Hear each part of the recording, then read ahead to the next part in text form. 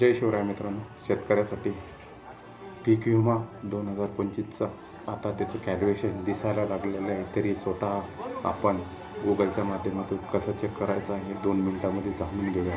चॅनलवर कधी पहिल्यांदाच आला असेल तर चॅनलला सबस्क्राईब करून ठेवा. असेच नवीन व्हिडिओ घेऊन येत आहे आपल्यासाठी. धन्यवाद. गुगलवर आल्याच्यानंतर पंतप्रधान फसल विमा योजना सर्च करायची आहे. पहिली वेबसाईट येईल, त्याच्यावर क्लिक करायचं आहे. त्यानंतर फार्मर कॉर्नरवर आपल्याला सर्च करायचं आहे. फार्मर कॉर्नरवर सर्च केल्यावर लॉग इन टू फार्मर इथं क्लिक करायचं आहे.